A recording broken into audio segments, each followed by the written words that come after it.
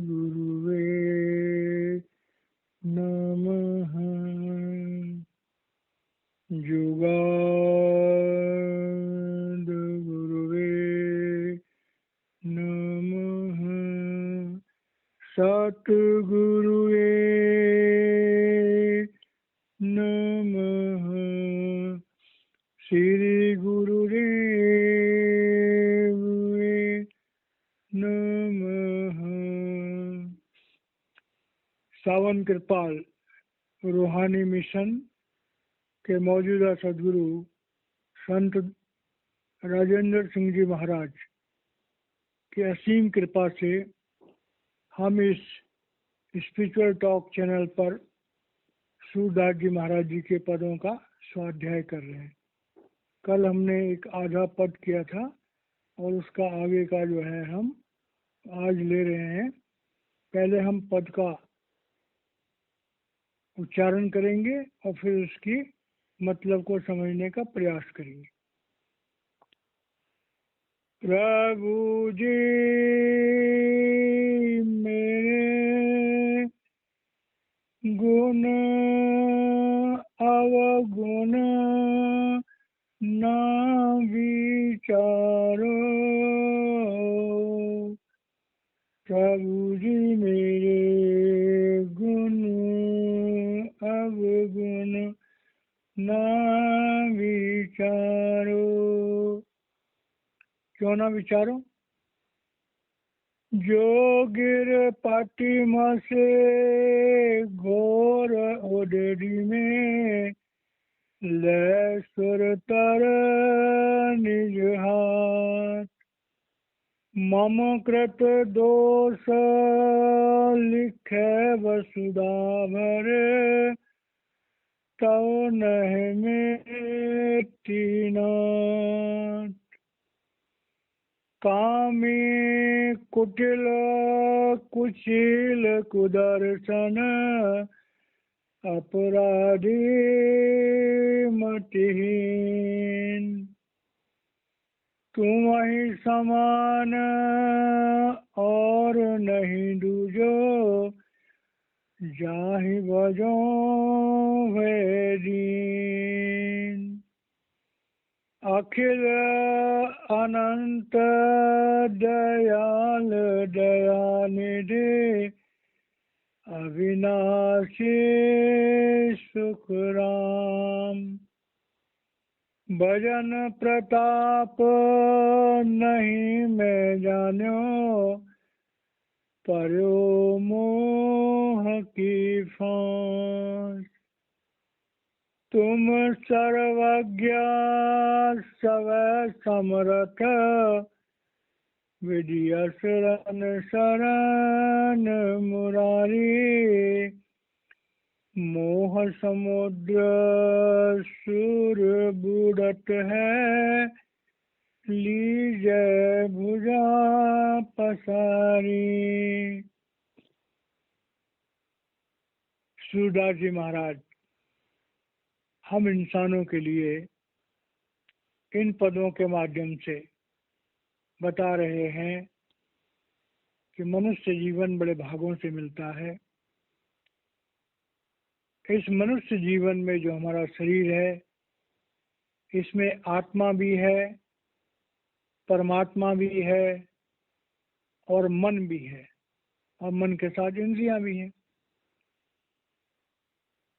तो प्रभु ने जो इंसान का चोला बनाया था ये बड़ा उच्च कोटि का था, लेकिन समय बीतता गया, मन आत्मा पर हावी होता गया और धीरे धीरे इंसान जो है वो मन इंद्रियों का गुलाम बन के रह गया। जब हम भक्ति के रास्ते पे चलते हैं तो पहले भी आया था कि भक्त की जो चौथी प्रार्थना होती है वो होती है कि हे प्रभु मुझे एक सच्चा और अच्छा इंसान बनाओ। हे प्रभु मेरे जीवन में से बुराइयों को दूर करो। क्योंकि शुरू में तो हम ये सोचते हैं हम में कोई बुराई नहीं है, लेकिन जैसे जैसे हम अपना आत्मनिरीक्षण करते हैं तो धीरे धीरे हमें पता लगता है कि हमारे अंदर एक एक करके अनेकों बुराइयां हैं। तो यहाँ पर सूरदास जी महाराज कह रहे हैं कि जो गिरिपति से घोर उदुल, कह रहे हैं वे पहाड़ जितनी सूखी स्याही हो और समुद्र जितना पानी हो, और पहाड़ों को जो है, पहाड़ों की जितनी स्याही, सूखी हुई स्याही समुद्र जितने पानी में घोल दी जाए और जंगल में जितने पेड़ हैं उन पेड़ों को काट करके और उनकी कलम बना दी जाए। तो कह रहे हैं अगर इतना एक उपमा दी गई है तो मम कृत दोष लिखे बस सुधार, और इस सारी पृथ्वी को जो है वो कागज बना दिया जाए। तो कह रहे हैं सारी पृथ्वी पर अगर मेरे दोषों को लिखा जाए तो भी वो खत्म नहीं होंगे। अब ये बात बड़ी गहराई से जानने वाली है। अब इसका अगर असल में ध्यान रखो तो होता क्या है, आज हम मनुष्य हैं, हमने करोड़ों जन्म लिए, हो सकता हजारों लाखों बार हम मनुष्य बने। हमारे कर्मों का विधान संचित कर्मों के रूप में करोड़ों जन्मों का इकट्ठा हो रखा है, जिनके बारे में हम जानते नहीं है। तो हमारे संचित कर्मों का जो बोझ है वो बहुत बड़ा बोझ है। उस बोझ के बारे में एक बहुत लंबी चौड़ी व्याख्या की जरूरत है। वो बोझ अपने आप कभी खत्म नहीं हो सकता। हजारों जन्म हम और ले लें तो भी हमारे संचित कर्मों का बोझ जो है वो कभी खत्म नहीं हो सकता। तो हमारे संचित कर्मों का बोझ कितना बड़ा है उसके बारे में सूरदास जी महाराज हमें समझा रहे हैं कि भाई सारे पर्वतों की को घोल करके समुद्र में स्याही बना दी जाए, सारे जितने भी पेड़ हैं उनकी कलम बना दी जाए, और पृथ्वी जो है सारी कागज के रूप में इस्तेमाल की जाए। अगर उस पर भी लिखा जाए तो भी हमारे जो करोड़ों जन्मों के पाप कर्म हैं वो नहीं लिखे जा सकते।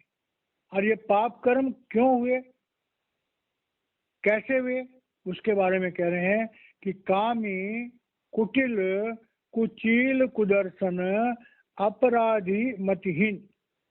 अब यहाँ पर भक्त जो है वो अपनी अवस्था को समझते हुए देखिए, जब हम भक्ति के रास्ते पे चलते हैं तो जब तक तो हम भजन गाते हैं, जब तक तो हम कीर्तन करते हैं, जब तक तो हम खाली सत्संग सुनते हैं तो बड़ा मजा आता है।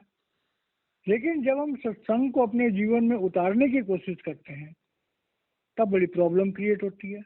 हम ये देखते हैं कि जिन अच्छी बातों को हम सुनते हैं बड़े खुश होते हैं, इवन जिन अच्छी बातों को हम बोलते हैं, मतलब जो प्रवचन करता है वो भी जो अच्छी अच्छी बातें अपने सत्संगों में बोलते हैं, अगर वो अपने जीवन में झांक के देखें तो उनके जीवन में हो सकता है बहुत सारी बातें वो खुद ना अपनाते हों। तो ये जो सेल्फ इंट्रोस्पेक्शन है, सूरदास जी महाराज कह रहे हैं अपने जीवन की पड़ताल करो। जब तक हम इंसान अपने जीवन की पड़ताल नहीं करेंगे तब तक हम भक्ति के रास्ते पर आगे नहीं बढ़ सकते। क्योंकि सीधी सी बात है, हमारी आत्मा शरीर में फैली हुई है, मूल चक्र पर लोभ है। जब तक दुनिया के दौलत से हमारा आसक्ति है हम मूल चक्र क्रॉस कर ही नहीं सकते। इंद्रिय चक्र पर काम वासना है, जब तक काम वासना को नहीं त्यागेंगे हम इंद्रिय चक्र क्रॉस कर ही नहीं सकते। जब तक क्रोध स्वामित्व को और भोजन को हम नियमित नहीं करेंगे हम नाभि चक्र क्रॉस ही नहीं कर सकते। जब तक अपने मोह को हम कंट्रोल नहीं करेंगे हम हृदय चक्र क्रॉस कर ही नहीं सकते। जब तक अपने अहंकार को खत्म नहीं करेंगे, नम्रता नहीं धारण करेंगे, हम कंठ चक्र क्रॉस कर ही नहीं सकते। तो भाई जब हम कंठ चक्र क्रॉस कर ही नहीं सकते और हम आज्ञा चक्र पर आ ही नहीं सकते तो भक्ति का आएगी। भक्ति की शुरुआत तो आज्ञा चक्र से होती है, आज्ञा चक्र से नीचे तो माया है, वासनाएं हैं। तो यहाँ पर सूरदास जी महाराज कह रहे हैं अगर भक्ति के रास्ते पर आगे बढ़ने की इच्छा है तो सबसे पहले अपने किरदार को संवारो, चुन चुन कर अपने जीवन की गलतियों को नोट करो और नोट करने के बाद उनको धीरे धीरे दूर करने की कोशिश करो। क्योंकि जो हमारी गलतियां हैं, जो हमारी वासनाएं हैं, वो किसी एक चीज पर डिपेंड नहीं करती हैं। वो हमारे भोजन पर डिपेंड करती हैं, हमारी कमाई पर डिपेंड करती हैं, हमारे साथ पर डिपेंड करती हैं, हमारा कैसा संग है, हम कैसी किताबें पढ़ते हैं, हम किन लोगों के साथ रहते हैं, हम यूट्यूब या फेसबुक पर कौन कौन सी तरह की चीजें देखते हैं। अब एक आदमी भक्ति करता हो और यूट्यूब फेसबुक पे सोशल मीडिया पे उल्टी पुल्टी चीजें देखता हो, तो उसका दिमाग तो वैसे दूषित हो जाएगा। तो हमें भक्ति करनी है तो हमें हर एंगल से अपने जीवन को चेक करना होगा। कोई भी हमारा संस्कार हमारे मन पर ऐसा नहीं लगना चाहिए जिससे हमारी भावनाएं विचलित हो जाएं। भक्ति का रास्ता जो है वो एक एक पल अपने किरदार को संवारने का, एक एक पल अपने जीवन की पड़ताल करने का। कौन सी घड़ी हमारा मन कब किस वासना में चला जाए पता ही नहीं। तो सूरदास जी महाराज कह रहे हैं कि वे भक्ति को ये नहीं है कि घंटे 2 घंटे के लिए भक्ति कर ली और खुश हो गए। भक्ति तो है 24 घंटे जब हम जाग रहे हैं, हर घड़ी हर पल हम अपने मन पर, अपनी इंद्रियों पर निगाह रखें कि भाई ये सही काम कर रही हैं या नहीं कर रही हैं। तो कह रहे हैं ये जो गुण है काम क्रोध लोभ मोह अहंकार के, ये सब इंसानों के अंदर है। कोई विरला इंसान होगा, लाखन में तो है नहीं, कोटिन में कोई एक कि जो काम क्रोध लोभ मोह अहंकार से बचा होगा। तो कह रहे हैं जब ऐसी हमारी हालत हो गई है तो हम करें क्या। कह रहे हैं तुम्हें समान नहीं दूजो जाए भजो हो दीन। अब देखिए कि जब इंसान ज्यादा बड़ी मुसीबत में होता है तो उसे ज्यादा बड़े सहारे की जरूरत होती है। अब संसार में अगर हम दुनिया की चीजों को चाहें तो हमें बहुत सारे लोग मिल जाएंगे जो हमारी मदद करेंगे, लेकिन अगर हमें सोचें कि हम अपने मन इंद्रियों पर काबू कर लें, तो अगर मन इंद्रियों पर काबू कर लें तो हम किसी दुकान से इस ताकत को नहीं खरीद सकते। हम किसी आम इंसान से कहें भाई साहब मेरी मन इंद्रियों पर काबू कर दो, वो कहेगा भैया मुझे अपनी मन इंद्रियों पर काबू नहीं, मैं तुम्हारी कैसे करूंगा। तो मतलब क्या हुआ कि हमारे जीवन में एक समर्थ सदगुरु होना चाहिए। तुम्हें समान और नहीं दूजो, मतलब कि जब परमात्मा पृथ्वी पर आता है जिसे हम सदगुरु के रूप में कहते हैं, जिसमें परमात्मा की सारी शक्तियां काम करती है, तो लाखन में तो है नहीं, कोटिन में कोई, करोड़ों में कोई एक होता है जो सदगुरु की अवस्था में होता है। कभी कभी तो ये भी कहते हैं पूरी पृथ्वी पर इक्का दुक्का होता है। तो यहाँ पर सूरदास जी महाराज कह रहे हैं कि भाई संसार की चीजों की मदद तो तुम किसी से भी ले सकते हो, लेकिन अगर तुम्हें परमार्थ की मदद चाहिए, अगर तुम्हें किरदार संवारने की मदद चाहिए, अगर तुम्हें मन इंद्रियों पर अंकुश लगाने की मदद चाहिए, अगर तुम्हें भजन में तरक्की करने की मदद चाहिए, तो एक समर्थ सदगुरु के अलावा कोई भी दूसरा इंसान समर्थ नहीं है। तुम्हें समान और नहीं दूजो जाए भजो हो दीन। अब भजो दीन का मतलब कि जाकर के हम उससे प्रार्थना करें।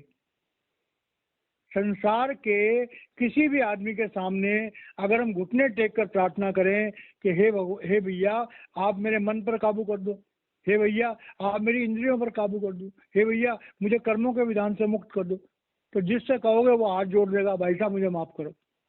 सिर्फ एक सदगुरु होता है जिसके सामने जब हम समर्पण करते हैं तो वो नामदान के टाइम ही हमारे संचित कर्मों के बोझ को खत्म कर देता है। अपनी दिव्य शक्ति से हमारे अंदर ज्योति और श्रुति का विकास कर देता है, हमें 5 नाम का सिमरन देता है, कहते हैं जाओ मजे करो और 5 चक्रों को क्रॉस करो। तो सूरदास जी महाराज कह रहे हैं कि भाई दुनिया की चीजों में मदद करने वाले आपको बहुत लोग मिल जाएंगे, लेकिन परमात्मा में अगर किसी तरह मदद चाहते हो तो एक समर्थ सदगुरु है, और वो भी जिंदा होना चाहिए। जो सदगुरु पहले आ चुके हैं मुबारक हैं, उनमें भी ताकत है, लेकिन अगर हमें इंस्टेंटली कुछ चाहिए तो हमें वक्त के महात्मा के पास जाना होगा, क्योंकि उसके पास परमात्मा की सारी शक्तियां काम करती हैं। अब फिर उसकी शक्तियों का विस्तार बता रहे हैं कि अखिल अनंत दयाल दया निधे अविनाशी सुखराम। हे सदगुरु आप जो है वो अखिल, अखिल कहते हैं समस्त ब्रह्मांड, अनंत प्रभु की सीमा जहां तक नहीं है, दयालु प्रभु की ताकत लेकर के, दया करने की ताकत सिर्फ परमात्मा में, अकाल पुरुष में। तो हे सदगुरु आपका जो विस्तार है वो सचखंड तक है। आप अकाल पुरुष का रूप हो, दया निधि हो। दया करने की जो आपके पास दौलत है वो परमात्मा ने देके भेजा है, नाम की दौलत। सदगुरु कोट उदारदा दे नाम एक कणी। तो सदगुरु जो है अपने जपे हुए नाम की एक कणी से करोड़ों लोगों को नामदान दे सकता है। तो कह रहे हैं कि भाई वो परमात्मा जो दयालु है, दया का भंडार है, अविनाशी है और सुख का राम, मतलब हमारी आत्मा को परमात्मा से मिलाने की ताकत रखता है। उस राम के सुख को, प्रभु से मिलन का जो सुख है वो देने वाला हमारा सदगुरु है। यहाँ पर बहुत जरूरी बातें कहनी जरूरी है कि भाई हमें पढ़े लिखे गुरु बहुत मिल सकते हैं, हमें धर्म शास्त्रों की टीका करने वाले गुरु बहुत मिल सकते हैं। राजा जनक को जब आत्मज्ञान चाहिए था, उन्होंने सभा बुलाई, तो ऋषि याज्ञवल्क्य जो है उन्होंने थ्योरी के द्वारा राजा जनक की तसल्ली कर दी। राजा जनक ने कुछ दिनों बाद देखा कि मुझे आत्मज्ञान तो हुआ ही नहीं, मैं तो सिर्फ थ्योरी से समझ बैठा था। फिर दोबारा अनुष्ठान किया और अष्टावक्र जी महाराज आए, जिन्होंने राजा जनक को बड़े आसानी से एक पल में जो आत्मज्ञान करा दिया अपनी ताकत से। यक निगाह जा फजाए बस बहुत दरकार माँ, तेरी निगाह का अदना करिश्मा दर्शन, नजर से पर्दे आलम उठा दिए तूने। तो भाई गुरु तो जो है वो साक्षात परमात्मा का रूप है, देखने में वो इंसान लगता है और हम लोग धोखा खा जाते हैं। भगवान कृष्ण ने भी गीता में कहा कि अब जानंति मां मूढ़ा मानुषी तनु आश्रितम परम भाव अजानंतो मम्भूत में ईश्वरम। कहते हैं भगवान जब दुनिया में आता है तो मनुष्य के शरीर का सहारा लेके आता है और मूर्ख लोग जो है उसको मनुष्य समझ बैठते हैं। कृपाल सिंह महाराज जी भी कहा करते थे कि गुरु संग प्रीत कठिन है भाई। गुरु को परमात्मा समझ करके उससे प्यार करना बड़ा मुश्किल काम है, हर एक के बस की बात नहीं है। तो यहाँ पर कह रहे हैं कि अपने गुरु को प्रभु रूप समझो।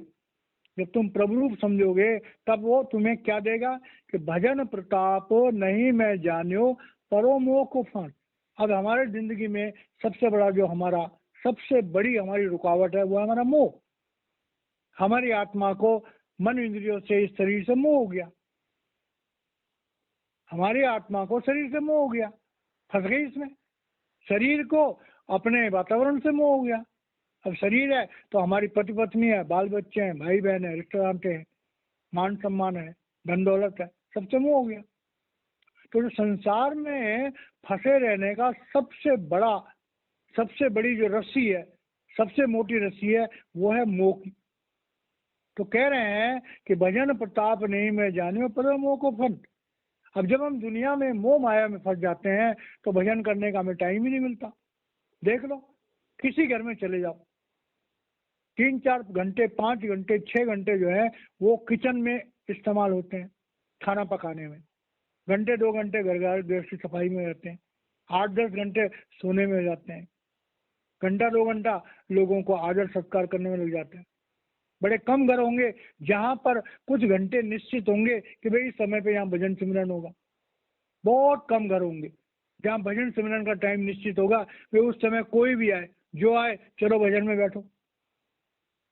तो सूरदास जी महाराज कह रहे हैं कि संसार की मोह माया ने सब इंसानों को पागल बना रखा है और इस मोह के कारण से ही सब कैसे फंस गए। अब भजन करें तो कैसे करें, हमारा ध्यान तो दुनिया में फंसा हुआ है। तो तब अब आगे प्रार्थना कर रहे हैं कि तुम सर्वज्ञ सवै समर्थ विधि असरण शरण मुरारी। अब कह रहे हैं हे परमात्मा आप समर्थ हो, आप दयावान हो, आप करो हमारे संचित कर्मों को तो नाश कर दो, हमें अपनी ताकत से शब्द और प्रकाश से जोड़ दो, हमें 5 नाम का सिमरन देके हमें हमारे शरीर में जो 5 चक्र हैं उन्हें क्रॉस करने की ताकत दे दो। और आप हर घड़ी हर पल जो है हमारे आज्ञा चक्र पर अपने नूरी स्वरूप में विराजमान रहो, इसलिए हम जब भी कोशिश करें आपसे मिलने। तुम सर्वज्ञ सवै समर्थ विधि, हे प्रभु आप तो जानते हो कि मैं कितना कमजोर हूँ, आप तो जानते हो कि मैं इंद्रियों में कितनी बुरी तरह फंसा हूँ, आप तो जानते हो कि मुझ में ताकत नहीं है, मेरा मन एकाग्र नहीं है, वासनाओं से मैं छूट नहीं सकता, काम क्रोध लोभ अहंकार से पीछा छुड़ाना मेरे बस की बात नहीं है। हे प्रभु आप तो सब कुछ जानते हो। जब आप सब कुछ जानते हो, असरण शरण मुरारी, तो हे प्रभु, जो लोग मुसीबत में हैं, जिनको सहारा चाहिए, तो भाई आप तो दुनिया में सहारा देने के लिए आए हो। आप तो दुनिया में पापियों को तारने के लिए आए हो। आप तो दुनिया में अपनी रूहों को वापस ले जाने के लिए आए हो। तो हे परमात्मा, आपका जो काम है, आपको तो अकाल पुरुष ने इस दुनिया में इसीलिए भेजा है कि जाओ मेरी रूहों को वापस लेके आओ। तो हे प्रभु, आपका काम है हमें तारना, आपका काम है अपनी रूहों को वापस लेके जाना। तो आप कृपा करो, आप सब कुछ जानते हो, आप हमारे अच्छाई बुराई को भी जानते हो, आप हमारी सामर्थ्य को भी जानते हो। आप जानते हो अपने दम पर हम कुछ नहीं कर पाएंगे। आप जानते हो हम रोज डायरी भी नहीं भर पाएंगे। हमें इतनी हिम्मत नहीं कि हम अपनी बुराइयों को चुन चुन करके कागज पर लिखें, वो भी हमारे बस का नहीं है। न मन इंद्रियों पे काबू करना हमारे बस का है, न सच बोलना हमारे बस का है। तो भाई हमारे बस का कुछ भी नहीं। इकबाल एक शायर है, वो कहता है, माना कि तेरी दीद के काबिल नहीं हूं, मेरा शौक देख, मेरा इंतजार देख। हे प्रभु, मैं तुझे देख पाऊं इतनी मेरी औकात नहीं, लेकिन मेरा शौक है, मेरी इच्छा है कि मैं तुझसे मिलूं। तो सूरदास जी महाराज ये कह रहे हैं कि हे प्रभु, हे सदगुरु, अब आप हम पर कृपा करो और आप हमें वहां ले चलो जहां से आप आए हो और जहां अकाल पुरुष ने आपको भेजा। इसका मोह समुद्र सूर बूढ़त है, लीजो बुझा पसारी। अब ये बात बड़ी गहराई से समझने वाली है। कृपाल सिंह महाराज जी कहा करते थे कि सदगुरु का क्या हाल है और दुनिया का क्या हाल है। तो दुनिया का तो हाल बताया करते थे कि एक गड्ढा हो, उसके पीठ पर बहुत ज्यादा बोझ लदा है और वो एक कीचड़ में फंस गया है, और कीचड़ इतना गाढ़ा है कि वो पैर भी नहीं हिला सकता, और वो रो रहा है। पीठ पर वजन है, खुद जो है वो बड़े गहरे गाढ़े कीचड़ में फंस गया है, न हिल सकता न डुल सकता। परमात्मा से प्रार्थना करता है, हे प्रभु बचाओ। परमात्मा किसी बलवान इंसान को वहां भेजता है। वो बलवान इंसान जाता है, उस कीचड़ में जाता है, उस कीचड़ में जाकर के उस गधे के जो कमर में जो वजन है उसे उठा करके अपने कंधे पर रखता है। फिर गधे को जो है उसकी जो रस्सी होती है उसे पकड़ करके और उस कीचड़ से बाहर निकालता है, और बाहर निकालने के बाद उसे साफ पानी से गधे को धोता है। और जब साफ पानी से गधे को धोता है तो उसके बाद में उसको हरी हरी घास खाने को देता है, और हरी हरी घास खाने को देता है तो गधे के शरीर में जैसे ताकत आती है, वो दुलकती मारता है और भाग जाता है। तो कृपाल सिंह महाराज जी कहा करते थे कि ऐसा ही भक्तों का हाल है। जब हम सदगुरु के पास जाते हैं तो हमारे संचित कर्मों का बोझ हमारे पीठ पर लगा हुआ है। हमें अकल नहीं है, इसलिए हम भी गधे का रूप है। दुनिया की दलदल में, काम वासनाओं के, दुनिया के कर्मों के विधान के दलदल में हम इतनी बुरी तरह फंसे हुए हैं कि हम अपने पैर भी नहीं हिला सकते। सदगुरु आता है, सबसे पहले हमारी पीठ पर जो संचित कर्मों का बोझ है उसे हटाता है। उसके बाद आता है, हमारे शरीर में प्रवेश करता है,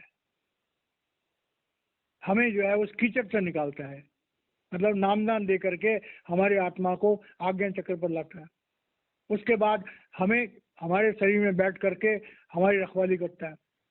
फिर हमें प्रेरणा देता है कि हम गुनाहों से बचें, हमें प्रेरणा देता है कि हम दुनियादारी से बचें। और जो लोग भी नामदान लेने वाले हैं, जिन्होंने नामदान लिया है, सब भाइयों की जिंदगी में देखो तो कुछ ना कुछ सुधार जरूर आता है। जो लोग नामदान लेते हैं उनके नशे छूट जाते हैं, उनकी बुराइयां छूट जाती हैं, उनका छल कपट छूट जाता है, शराब पीने वाले शराब छोड़ देते हैं, मांस वाले मांस छोड़ देते हैं, और धीरे धीरे करके उनका जीवन पवित्र होना शुरू हो जाता है। और हमारे यहाँ तक कि हमारी आर्थिक कमियां भी दूर होनी शुरू हो जाती हैं। तो देखने में आता है कि जब नामदान लेते हैं शुरू शुरू में तो गुरु के प्रति बहुत प्यार रहता है। जैसे जैसे हमें गुरु दुनिया की थोड़ी बहुत सुविधाएं देता है तो धीरे धीरे हम गुरु की तरफ से लापरवाह हो जाते हैं। उसी तरह से जैसे वो गधा जो है शरीर में ताकत आई और जंगल में भाग गया।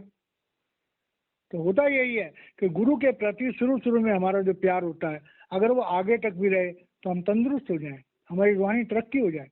तो सूरदास जी महाराज यहाँ कह रहे हैं कि भाई गुरु से प्यार करना सबसे इम्पोर्टेंट चीज है। गुरु की श्रद्धा करना, गुरु पर विश्वास करना, गुरु को प्रभु रूप समझना, अनकंडीशनल प्यार। गुरु के साथ हमारा लेन देन का रिश्ता नहीं होना चाहिए कि मुझे ये मिल जाए तो गुरु जी अच्छे हैं, मुझे ये नहीं मिले तो गुरु जी अच्छे नहीं है। लोग तो गुरु को यही मापते हैं कि गुरु ने मुझे क्या दिया। अब बाद में क्या होता है कि डांट प्यारी विष गया दातार। गुरु देता भी है तो कुछ दिनों बाद गुरु को ही भूल जाते हैं और उन दांतों में मस्त हो जाते हैं। तो इस तरह से सूरदास जी महाराज हमें समझा रहे हैं कि भाई हमारे जीवन में एक आत्म यानी गुरु होना चाहिए और उससे हमें नाम ना लेना चाहिए। अपने को कर्मों के विधान से मुक्त करना चाहिए।